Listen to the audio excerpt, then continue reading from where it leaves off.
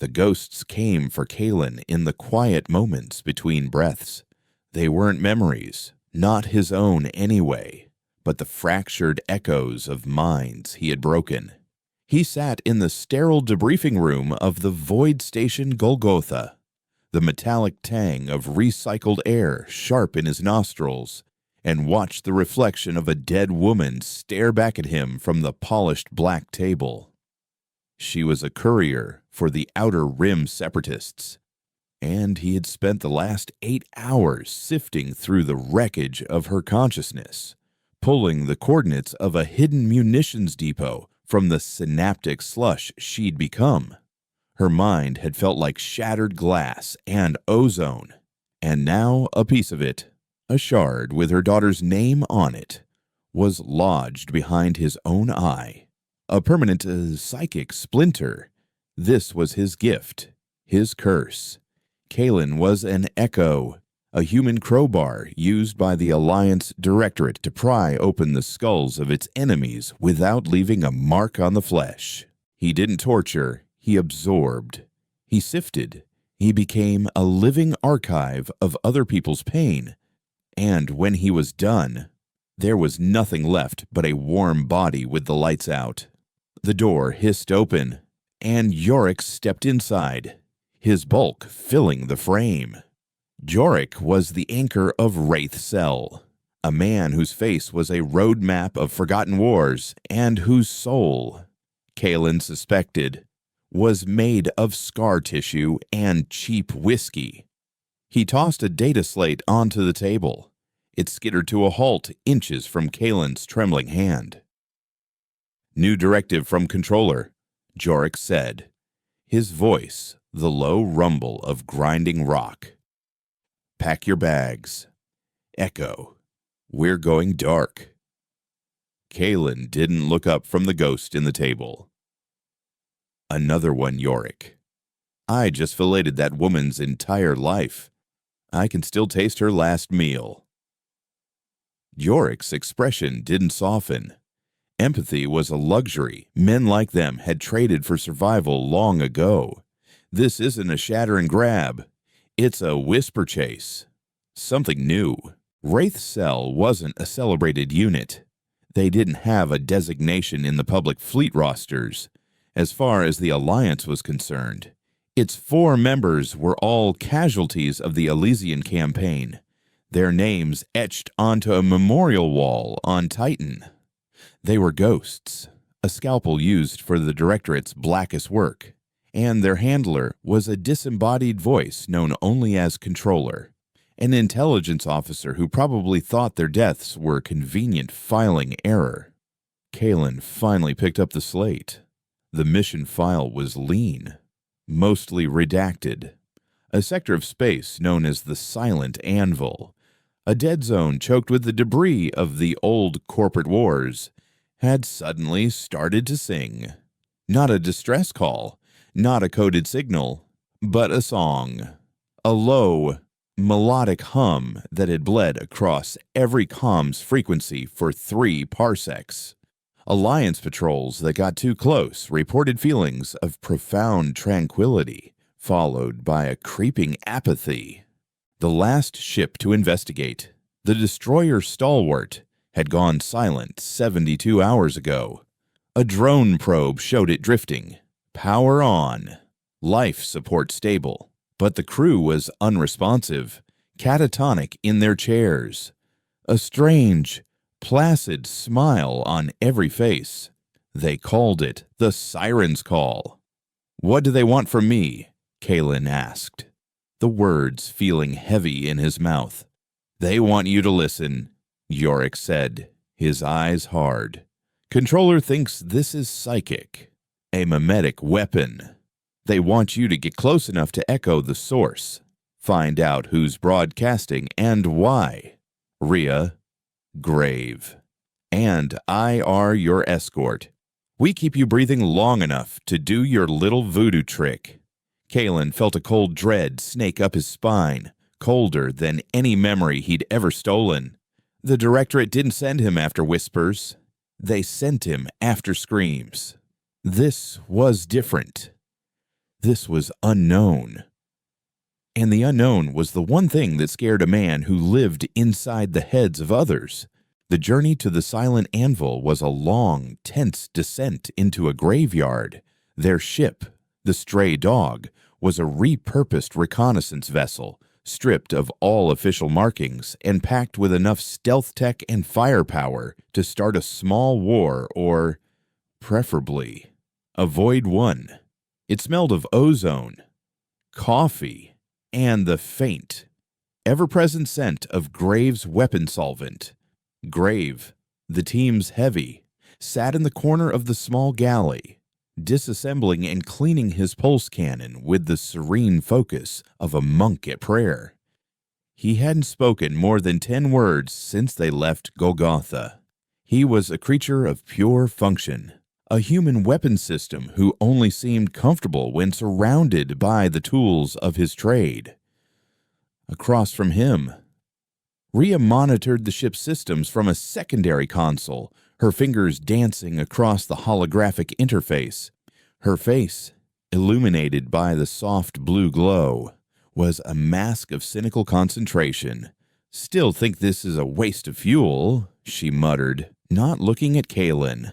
"It's probably just some deep space radiation anomaly messing with their neural implants. A solar flare, anything but a ghost song. Controller doesn't burn a ghost team for a solar flare," Jorik said from the cockpit hatch, his presence a steadying weight in the cramped space. "Whatever it is, it has the Directorate spooked," Rhea scoffed. "The Directorate gets spooked if their quarterly budget is off by a credit. My scans are picking up nothing. No ships, no energy signatures, just static." Kalen closed his eyes, leaning his head back against the cold bulkhead. He didn't need scans. He could feel it. The song was a faint pressure against his temples, a thread of melody weaving through the white noise of space. It was beautiful, hauntingly so. It promised peace, an end to the screaming in his head, the ghosts in his memory. It promised silence. He had to actively fight the urge to just listen, to let it wash over him and carry him away. "It's there," Kalen said softly. "It's waiting." Rhea shot him a skeptical look. "Right. And I suppose you can tell me what it had for breakfast." 2.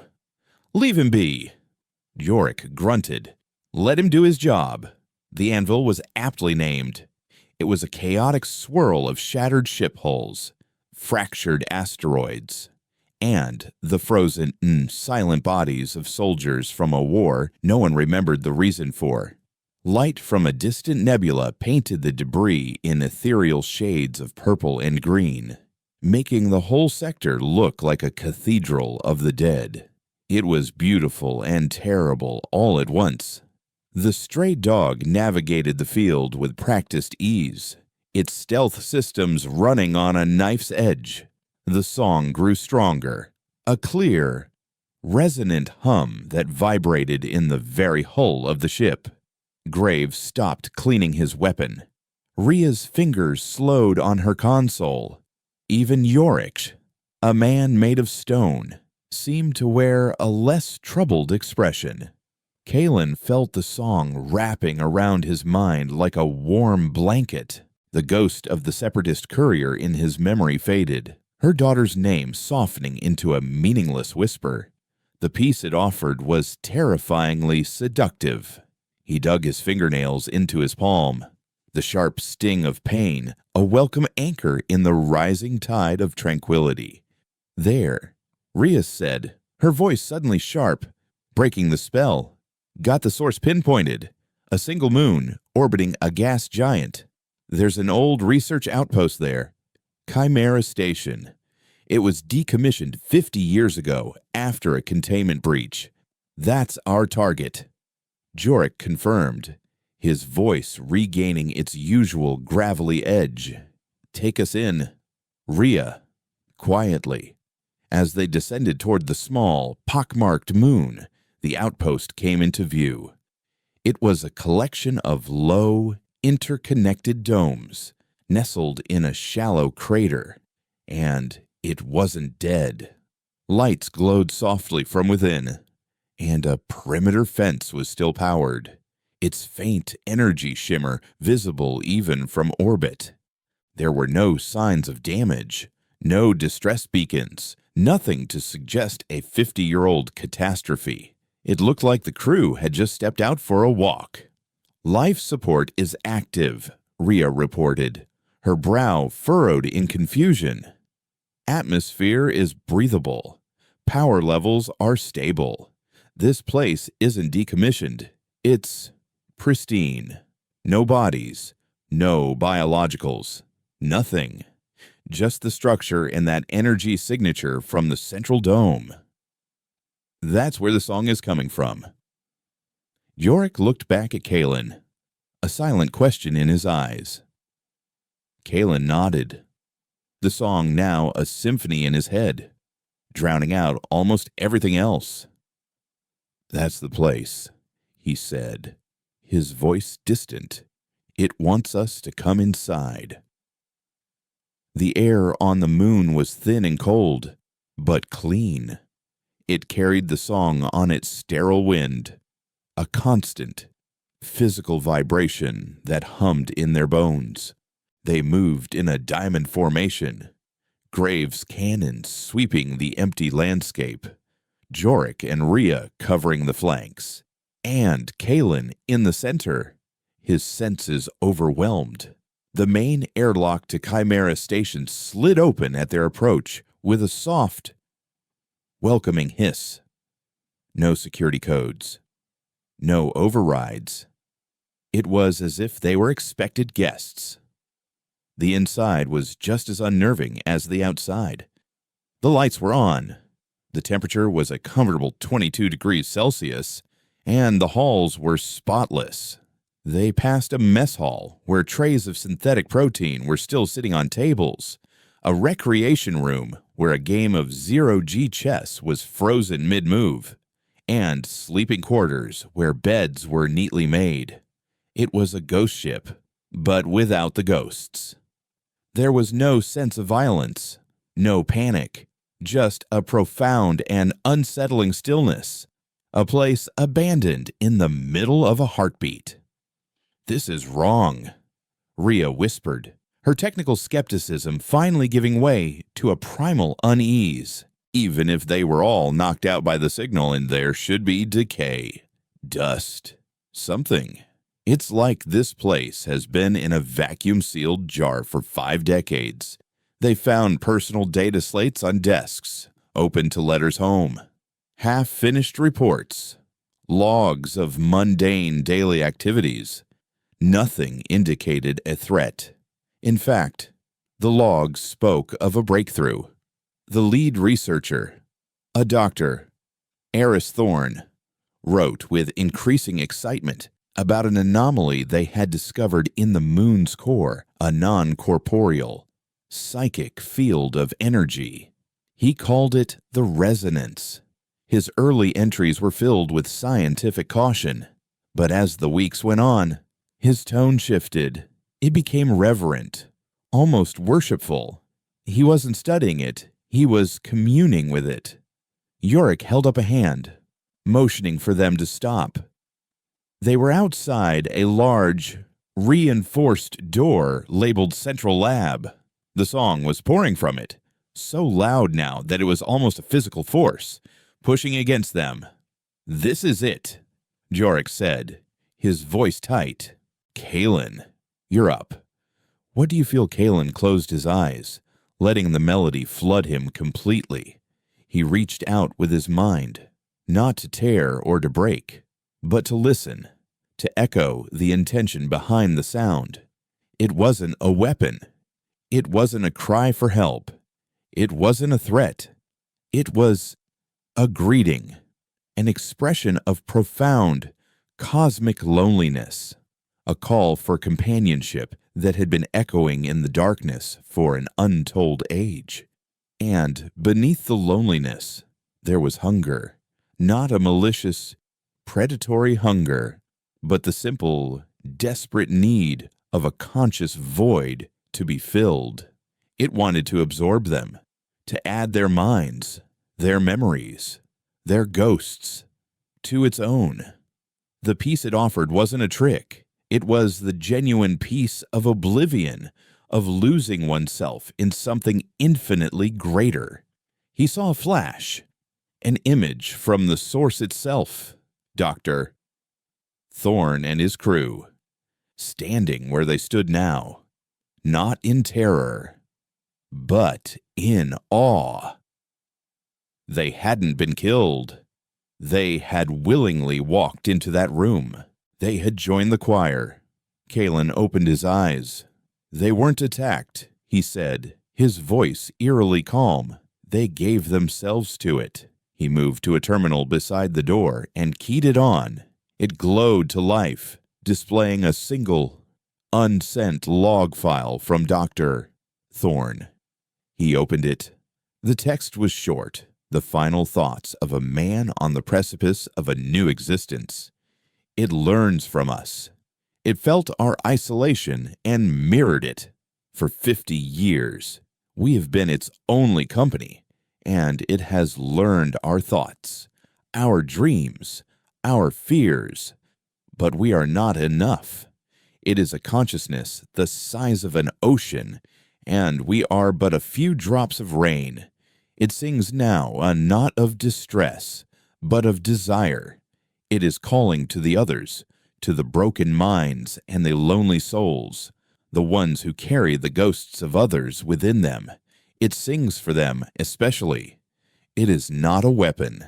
It is a congregation, and it has been so very lonely. We are going to give it our voices. We are going to teach it how to be. The lab door slid open. Inside, a shimmering, kaleidoscopic light pulsed in the center of a massive containment ring. It was the resonance. It was the siren. And its song was a wave of pure, unadulterated welcome. Yorick raised his rifle. Graves' cannon whirred as it powered up. But Kalen held up a hand. He took a step forward, toward the light, the symphony in his mind reaching a beautiful, heartbreaking crescendo. "Stand down," he said, looking back at his team, his eyes clearer than they had been in years. The ghosts were gone, silenced by the song. It wasn't a distress call. It was an invitation. Yorick's rifle didn't lower, but the line of his shoulders lost a fraction of its rigid certainty. His gaze flickered between the shimmering heart of the lab and Kalen's unnervingly placid face. The man he knew was afraid nerve-ending, a conduit for agony who lived in a constant state of low-grade psychic recoil. This serene, clear-eyed version was a stranger. Invitation to what? Kalen Yorick's voice was a low growl, cutting through the melodic hum that saturated the air. "Talk to me. What are you seeing?" Before Kalen could answer, the resonance spoke for him, not with words, but with a sudden of shared vision that slammed into the minds of everyone in the room. For Rhea, it was a cascade of pure data, fractal equations describing a consciousness without biology, a mind born of quantum foam and gravitational constants. It was a language of physics she could almost understand, beautiful and terrifying in its complexity, and it short-circuited the logic centers of her brain. She stumbled back, a hand flying to her temple, her console forgotten. For Grave, the silent titan, it was a feeling the profound, absolute stillness of a universe before life, the patient quiet of a stone waiting for 1,000,000,000 years to be warmed by a sun that had not yet been born. It was a silence deeper than any stealth field, a peace more final than any death he had ever dealt. The pulse cannon in his hand suddenly felt obscenely loud, a vulgar intrusion in a sacred space. And, for Yorick, the man of action and consequence, it was a memory not his own. He was standing in this very room 50 years ago, wearing the face of Dr. Eris Thorne. He felt Thorne's weariness, the decades of searching for meaning in a cold and empty cosmos. He felt the staggering, world-altering joy of discovery, the realization that humanity was not alone, not truly. And then he felt the final, liberating choice, the decision to shed the tired shell of his body, to pour the contents of his mind into this magnificent, lonely God, to become a part of something eternal. The vision receded as quickly as it came, leaving them all gasping in the humming air. The afterimage of cosmic truth seared into their minds. Kalen was the only one still steady on his feet. "That," he said softly, gesturing to the pulsing light. "An invitation to that. It's not killing them. It's collecting them, preserving them. It's a library of consciousness. And it wants our stories." Rhea shook her head, trying to clear the impossible math from her thoughts. "That's insane. It's a psychic predator. Kalen, it's showing you what you want to see. Peace. An end to the ghosts. It's bait." She scrambled back to her portable scanning unit, her fingers flying across the keypad with a renewed, frantic energy. "There's an energy draw here I can't quantify. It's pulling ambient energy from everywhere, from us. It's feeding, slowly." The song in Kalen's mind shifted, a subtle change in key. It wasn't a denial. It was a clarification. A new feeling washed over him, one he could translate for the others. To exist is to consume. The thought echoed in his voice, though his lips barely moved. "You consume food, water, air. I consume experience. It is the same. I offer a piece you cannot comprehend in exchange for the story of your life. It is not a trap. It is a trade." Jorik finally lowered his rifle, though he didn't sling it. He took a cautious step into the room, his boots making no sound on the pristine floor. His eyes were locked on the resonance, his mind still reeling from the borrowed memory of Dr. Thorne's final moments. He was a soldier, trained to identify threats, to categorize and neutralize. But how do you neutralize a feeling? How do you shoot a concept controller will want this contained? "Kalen," he said, his voice strained. "They won't see a library. They'll see a weapon that can pacify an entire fleet without firing a shot. They'll want it, or they'll want it dead." A flicker of something cold and ancient passed through Kalen, a thought from the resonance that was not born of human experience. "They cannot have me. I am not a tool." The light in the containment ring intensified, and the hum deepened into a resonant bass note that vibrated in their chests. The air grew heavy, charged with an unspoken power. It was the first hint of a true threat, a quiet refusal that held the weight of a dying star. This being had been passive because it had no reason to be otherwise, but it would not be caged. "Okay," Jorik said, holding up a placating hand as if to soothe the entity itself.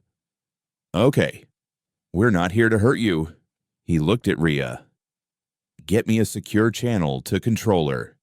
Tight beam, encrypted. I want every filter you can put on it. I don't want this thing listening in." Rhea nodded, her face grim. "It's already listening. Jorik, it's in our heads.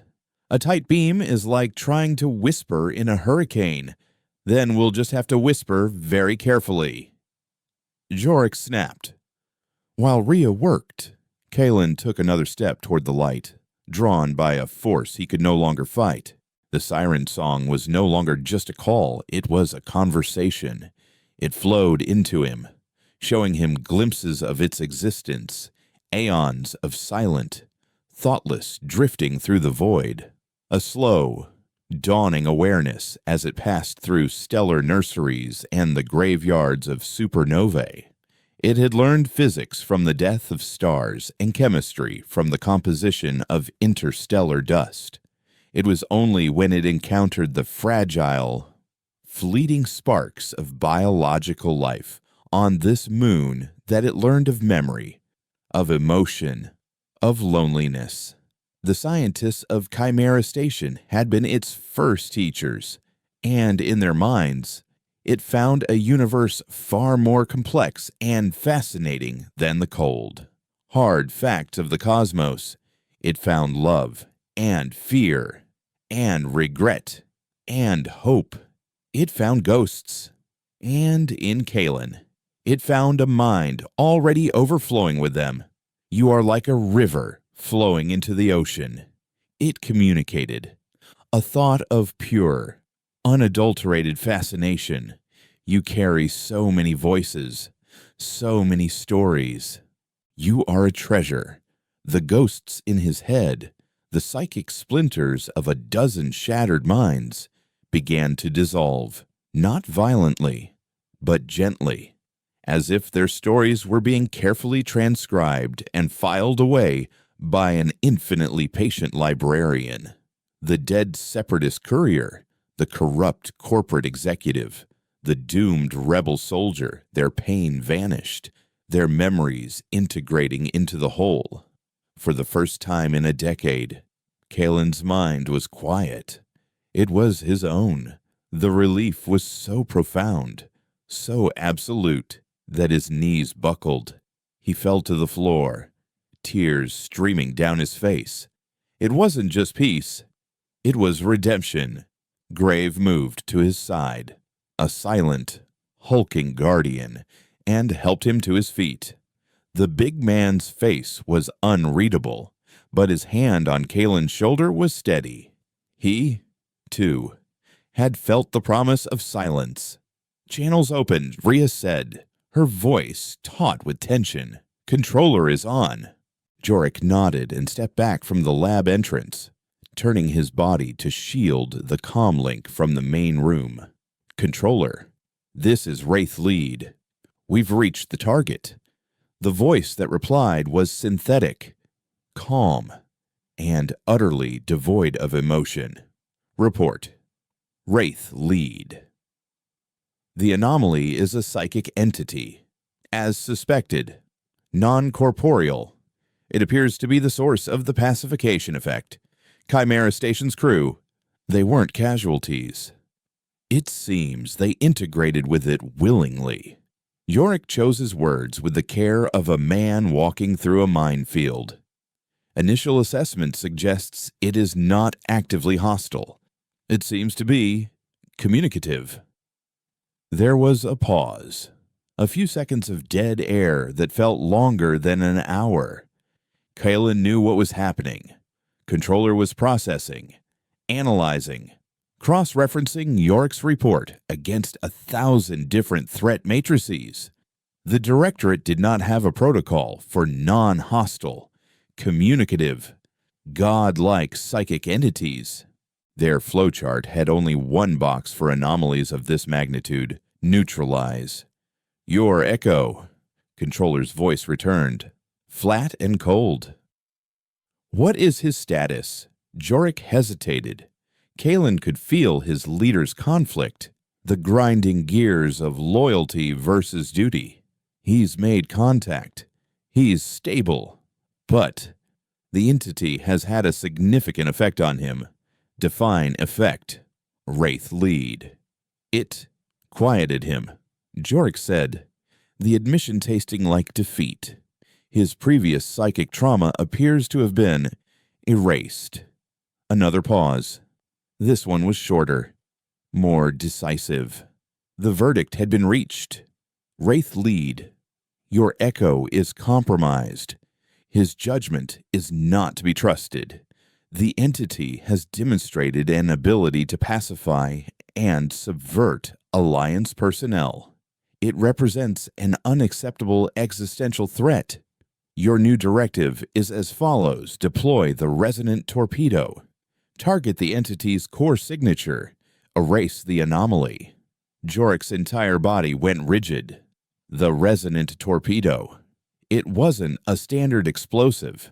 It was a tactical psychic weapon, a device that weaponized grief and fear, broadcasting a focused wave of pure terror designed to shatter any conscious mind within a 5-kilometer radius.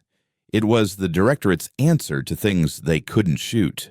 They had given one to Wraith's cell as a last resort, a contingency against a foe they couldn't possibly have predicted. To use it here wouldn't just destroy the resonance, it would turn this entire moon into a psychic wasteland, a monument to manufactured horror. Controller, I advise against that course of action, Jorik said, his voice dangerously low. The entity is contained. We don't understand what it is. An aggressive response could have unforeseen consequences. We understand what it is. Wraith lead, Controller replied, a chilling finality in its synthetic tone. It is a variable we cannot control. The Directorate does not tolerate such variables. You have your orders. If the Echo interferes, he is to be considered an extension of the primary threat. Neutralize him as well. Controller out. The channel went dead. Jorik stood frozen for a long moment, the weight of the order pressing down on him. Rhea looked at him, her face pale, a sick understanding in her eyes. Grave shifted his weight, the sound of his armored boots on the deck a soft, ominous thud. The choice had been made for them.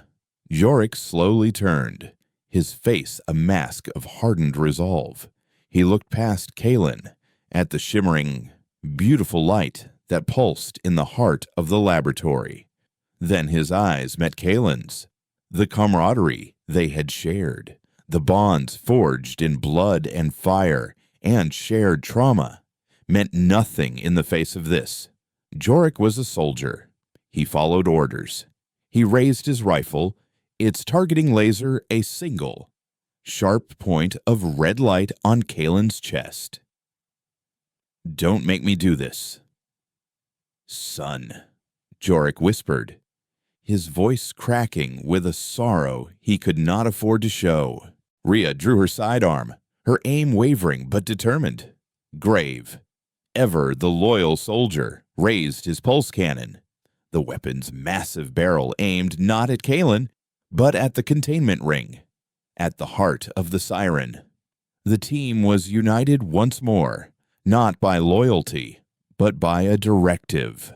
And Kalen, for the first time in his life free of the voices of the dead, stood between his friends and the only thing in the universe that had ever offered him salvation. The song in the room did not stop. It continued its haunting, beautiful melody, a requiem for a choice that had already been made. The red dot of Jorik's laser sight burned a hole in Kalen's chest, a single, unwavering point of light in the kaleidoscopic glow of the lab.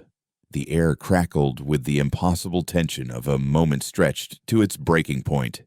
Kalen looked from the rifle in Yorik's hands to the pistol in Rhea's, to the monstrous cannon in Graves. He saw their faces not the hardened masks of professional soldiers, but the tortured expressions of people trapped between an unthinkable order and a man they had, on some level, considered a brother.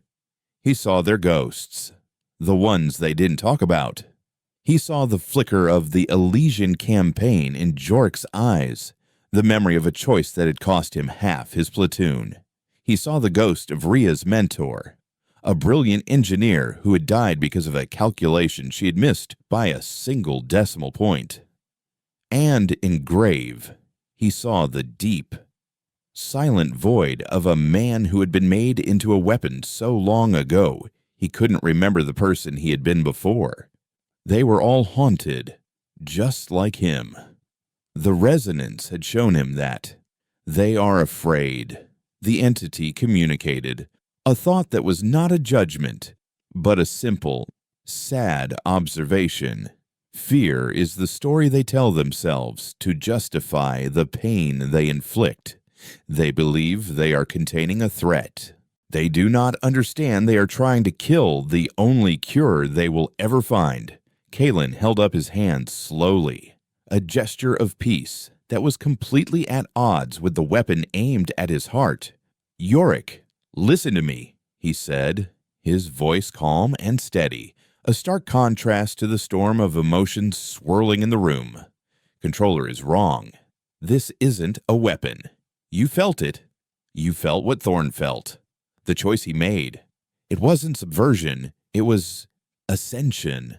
A way out. There is no way out." "Kalen," Jorik bit back, his knuckles white on the grip of his rifle. "There's the mission, and there's the body bag.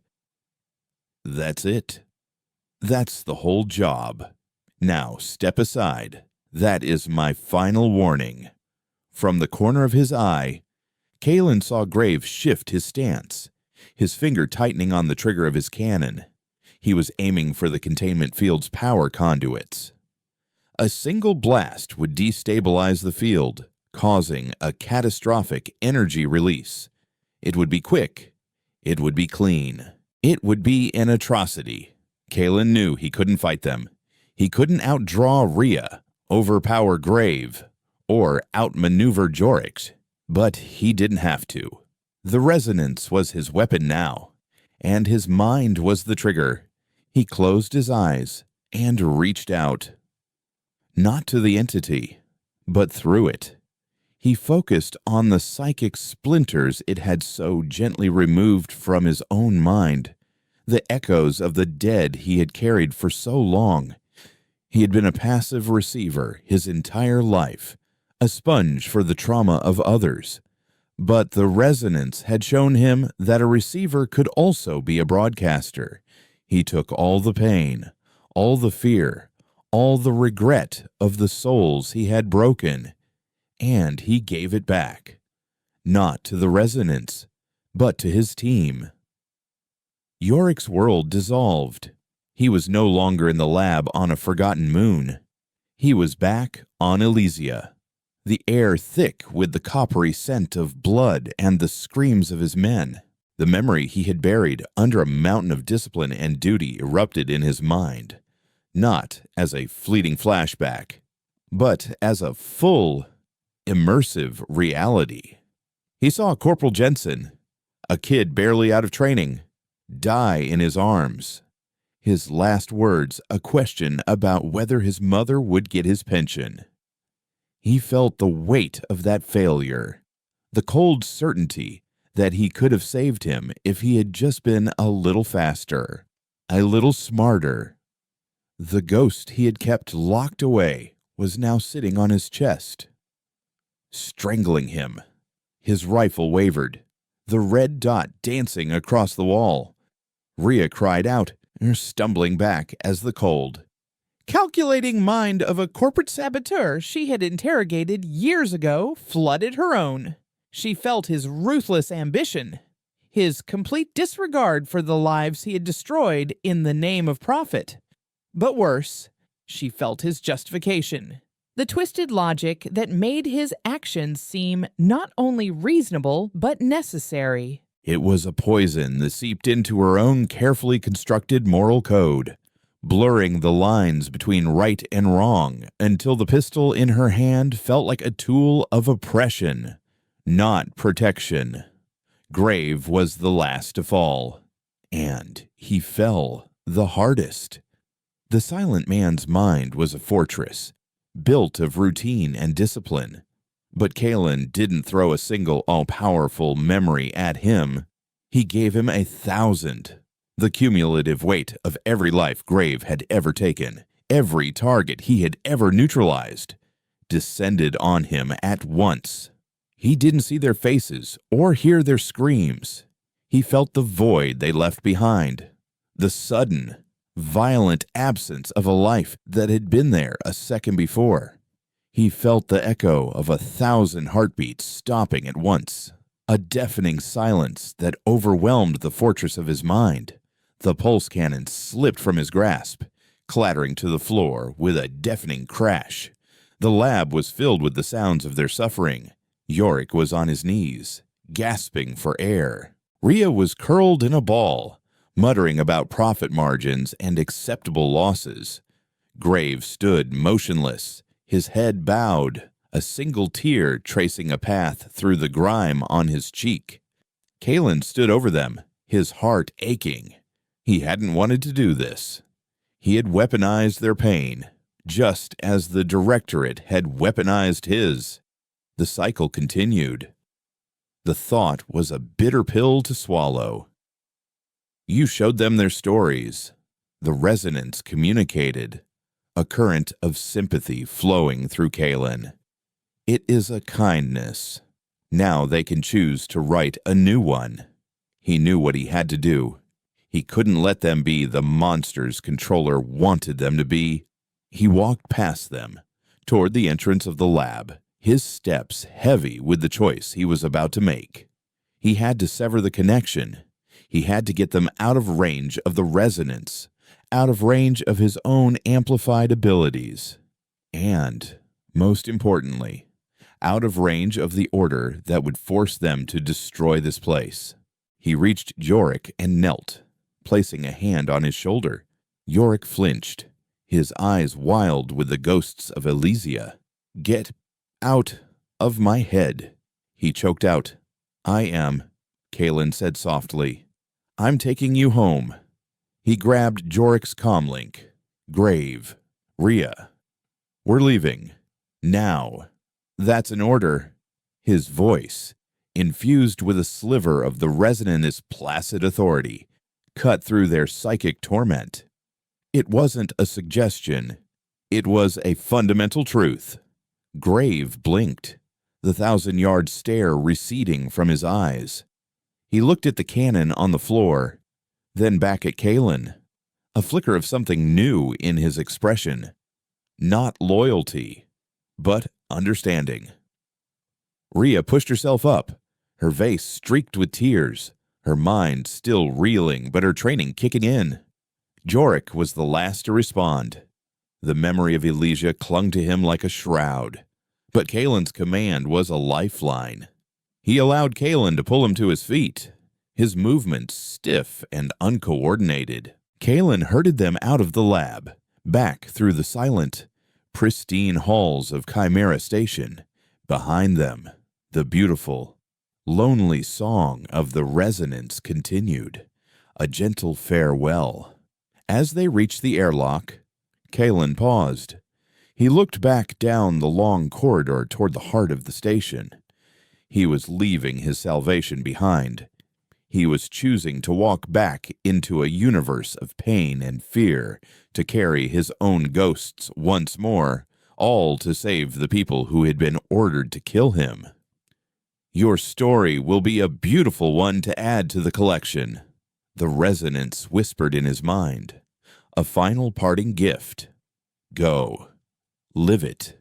He stepped through the airlock, sealing the station behind him.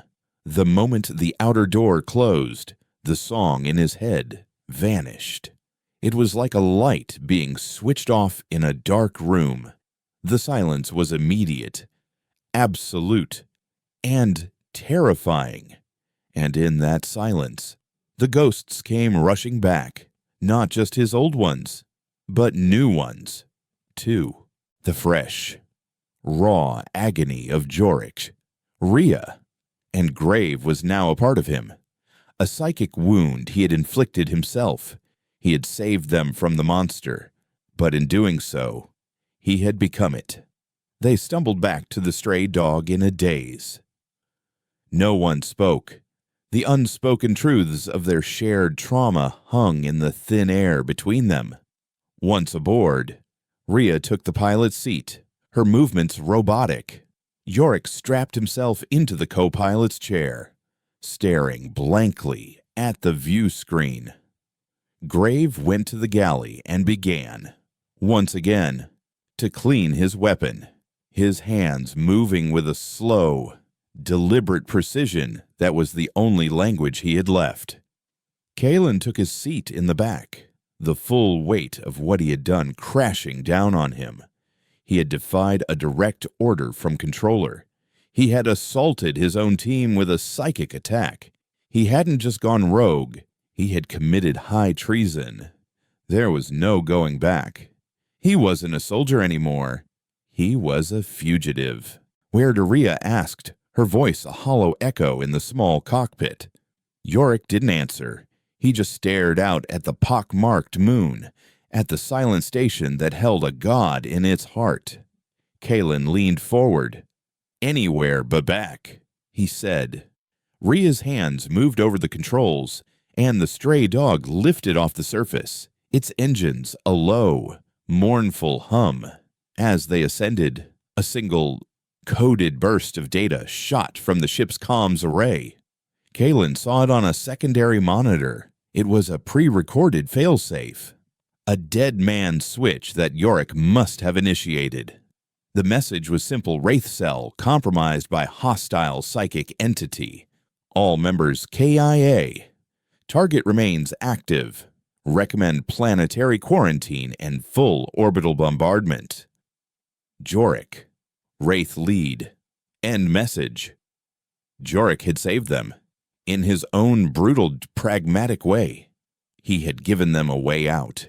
He had declared them dead, sacrificed their careers, their identities, their entire lives, to protect them from the consequences of his own failed order. He had chosen his team over the mission. The ship jumped to hyperspace, leaving the silent Anvil and its lonely god behind.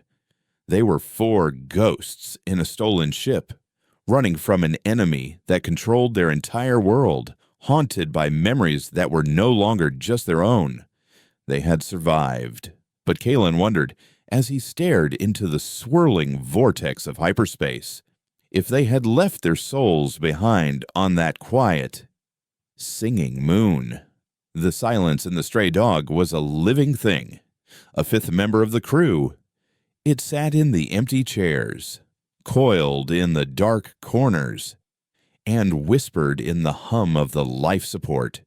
For 3 weeks, they drifted through the unpoliced chaos of the Outer Rim, a ghost ship crewed by the officially dead. Yorick's final, desperate gambit had worked. According to the Alliance Directorate, Wraith Cell had been consumed by the Siren's Call, their ship lost, their bodies unrecoverable. They were martyrs now, their names likely etched onto the same Titan memorial that had already listed them as casualties once before. It was a grim, ironic freedom. They were untethered from the lives they had known, but they were also adrift in a galaxy that now saw them as a threat to be erased on sight. Yorick had become a phantom, spending most of his time in the cockpit, staring at star charts of uninhabited systems as if searching for a place that didn't exist on any map. The confident, unshakable commander was gone, replaced by a man hollowed out by the ghost of Elysia, which Kalen's psychic assault had reawakened with brutal clarity.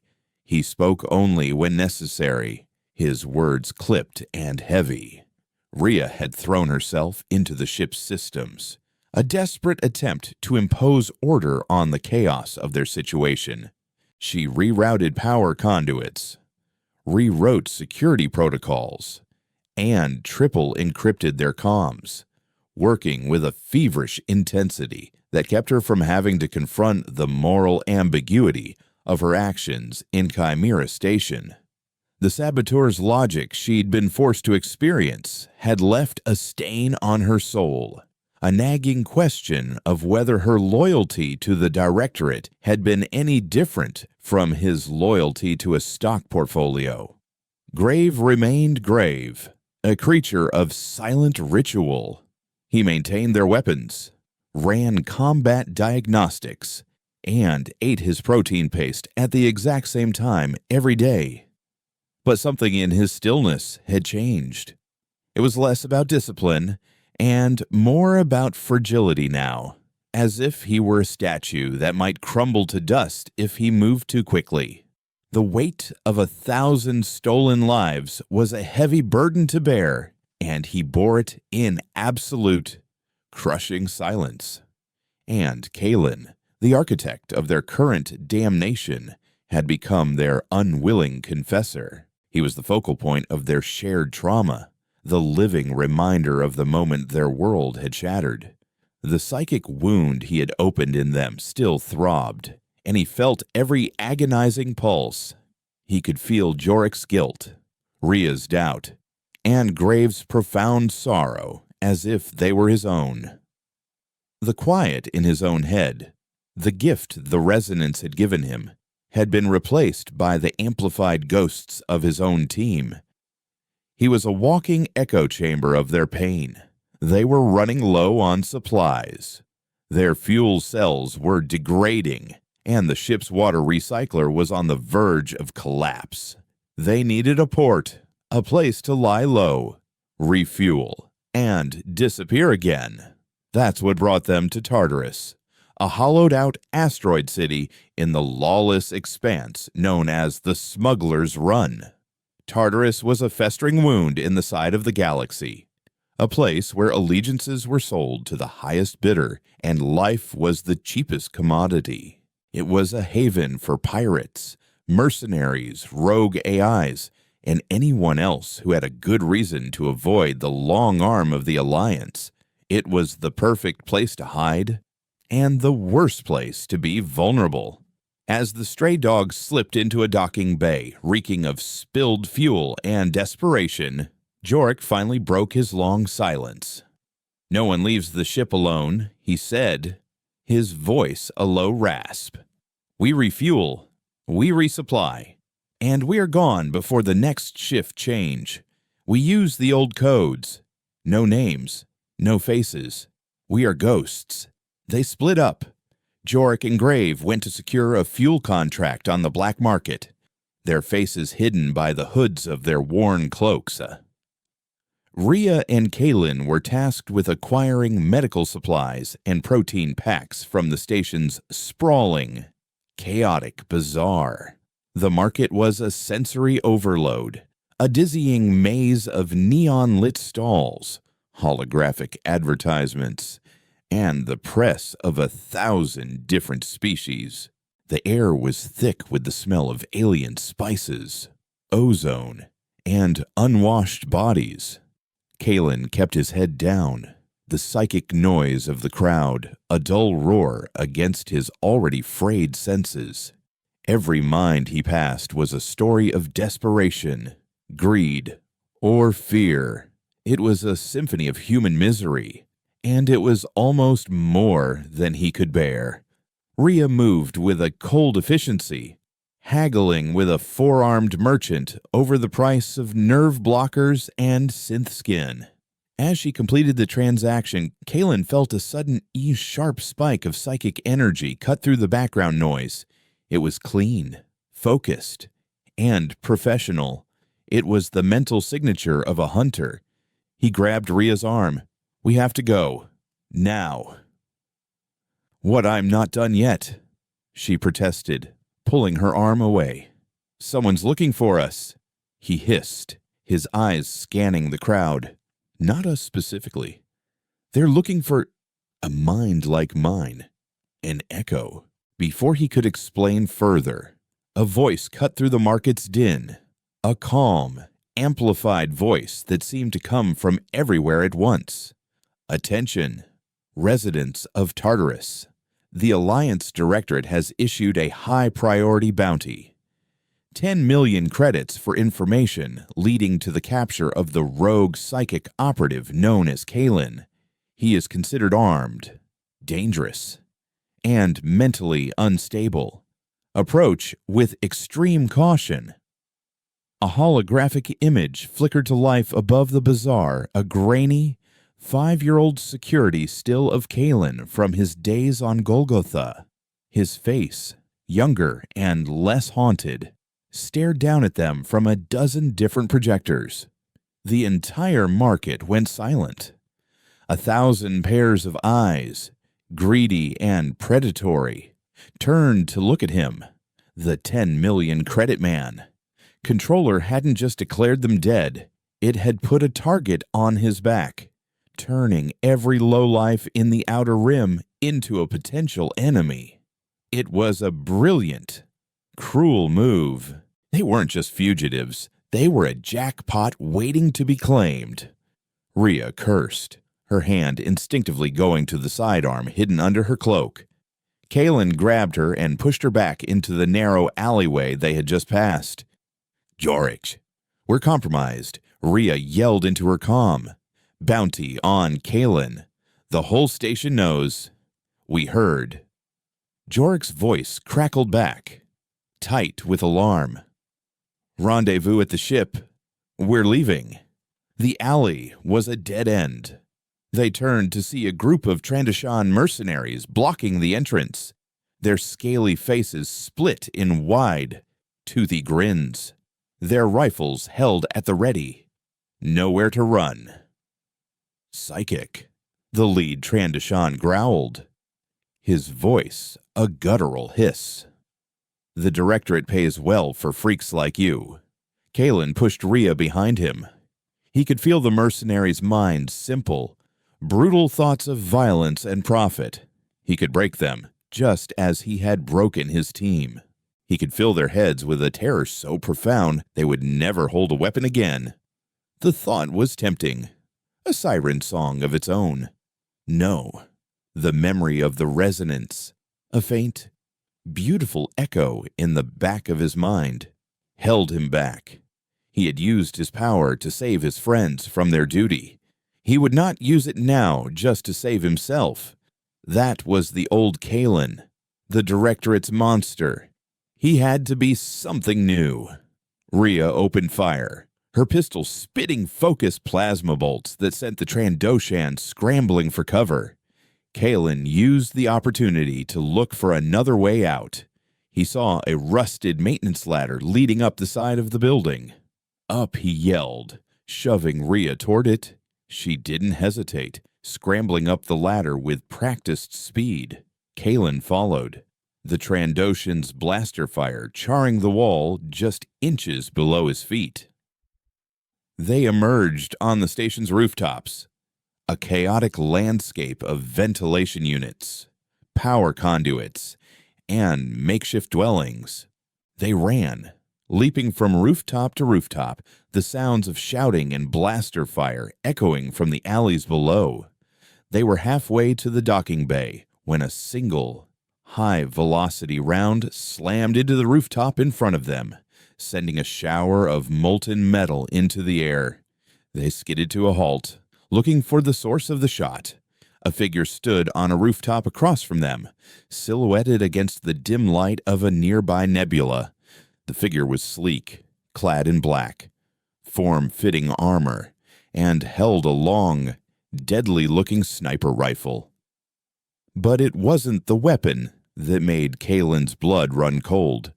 It was the mind he felt behind it.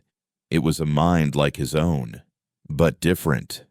Where his was a chaotic jumble of stolen memories, this one was a clean, sharp, and utterly silent void.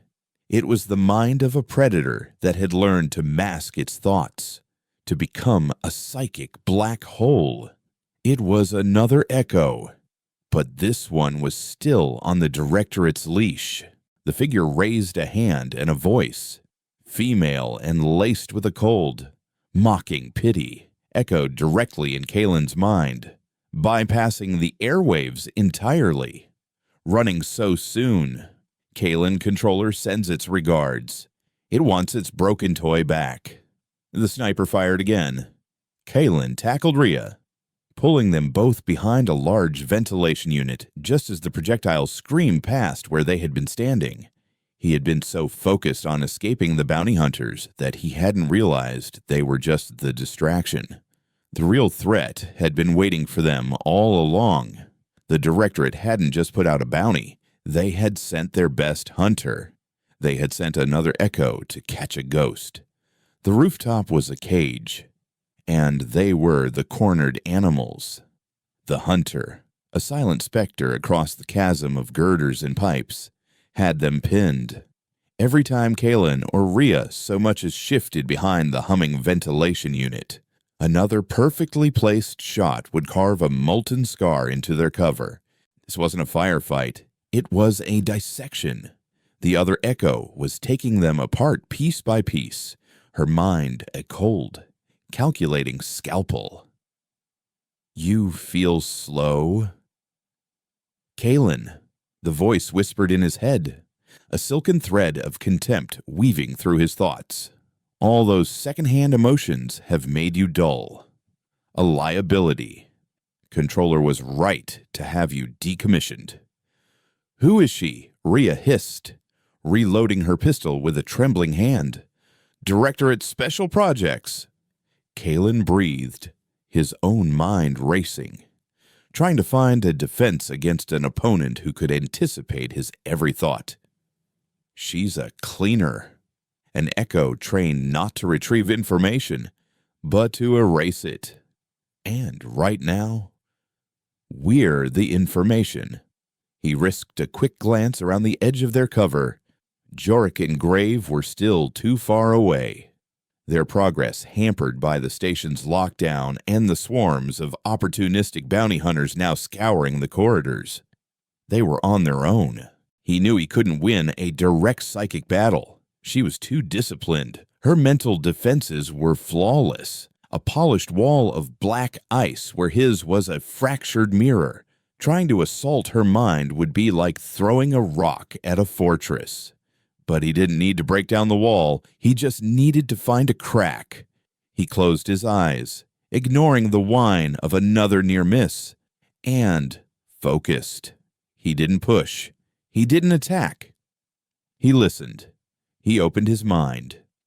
Not as a weapon, but as a receiver, turning himself into a psychic antenna, amplifying the chaotic noise of Tartarus. He pulled in the greed of the Trandoshan mercenaries, the fear of a merchant being shaken down in the alley below, the quiet desperation of a family huddled in a cramped apartment, the cold, dispassionate hum of the station's maintenance drones. He gathered it all, a tidal wave of raw, unfiltered consciousness. "What are you doing?" The cleaner's thought was sharp, laced with the first hint of confusion. The background noise was making it harder for her to get a clear lock on his thoughts. He didn't answer. He just kept pulling it in, letting the chaos of a million broken lives flood the psychic space between them. He became a beacon of pure, uncut human misery. It was agony. The ghosts in his own head screamed, amplified by the fresh pain of 1,000 strangers. But through the torment, he felt her concentration waver. Her perfect, silent void was being contaminated by the messy, unpredictable noise of the real world. A sniper needs silence to find their mark. Kalen was giving her a hurricane. "On my mark. Run for the service bridge." He grunted to Rhea, sweat beading on his forehead. "Don't stop for anything." "What mark?" she asked, peering at him with worried eyes. "You'll know." He focused the storm, shaping the psychic chaos into a single, focused blast, and hurled it not at the cleaner's mind, but at her past. He didn't know who she was or where she came from, but he knew one thing: every Echo was forged in trauma. The Directorate didn't recruit well-adjusted individuals for this job. They found broken children and sharpened their shattered pieces into weapons. He gambled that somewhere behind that wall of ice was a memory she had buried for a very good reason. For a terrifying second, nothing happened. Then, he felt it. A flicker. A crack in the ice. A memory, not his own, bled through the smell of rain on scorched earth, the sound of a child crying in a dark room, the feeling of a small, cold hand slipping from a desperate grasp. It was just a fragment, but it was enough. The cleaner's next shot went wide, striking a conduit and showering the rooftop with sparks. Her mental presence faltered, the cold confidence replaced by a flash of searing, forgotten pain. How her thought was a choked whisper, no longer in his head, but in her own. Now Kaelin screamed. Rhea broke from cover, sprinting for the narrow bridge that connected their rooftop to the next. Kaelin was right behind her, his head pounding, his vision swimming in a sea of other people's memories. They were halfway across the bridge when a figure rose from behind a bank of solar panels. It was the lead Trandoshan from the alley, his face a mask of fury, a vibro axe held high. Nowhere left to run, he roared. Before he could bring the axe down, a single heavy thud echoed from the docking bay. The Trandoshan's head vaporized in a spray of green mist. Graves stood on the deck of the stray dog, his pulse cannon still smoking, a grim statue of retribution. Yorick was in the open hatch, laying down covering fire, forcing the other bounty hunters back into the corridors. "Get on the damn ship," he bellowed. They scrambled aboard, the hatch hissing shut behind them as plasma bolts ricocheted off the hull. Rhea threw herself into the pilot's seat, the ship's engines screaming to life. The stray dog ripped free of its docking clamps and shot out of the bay, leaving the chaos of Tartarus behind. Kaelin collapsed against the bulkhead, his body trembling, his mind a raw, open wound. He had survived. They had all survived. But he knew, with a chilling certainty, that this was far from over. The cleaner was still out there, and now it was personal. In the quiet of the cockpit, as Tartarus shrank to a glittering speck behind them, Yorick turned to Kaelin. The hardness in his eyes had been replaced by a weary respect. "What you did back there," he started, then trailed off, unable to find the words. "I became the monster," Kaelin said, his voice hollow. "No," Yorick said, shaking his head. "You became the weapon. But this time, you chose the target."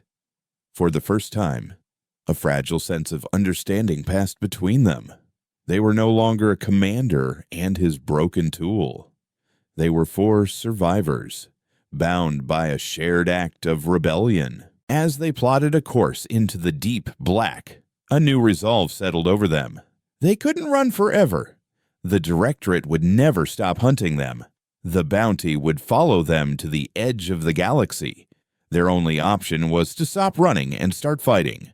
Not for the Directorate, not for survival, but for the truth. Their new mission was clear. They had to go back, not to Tartarus, but to the source.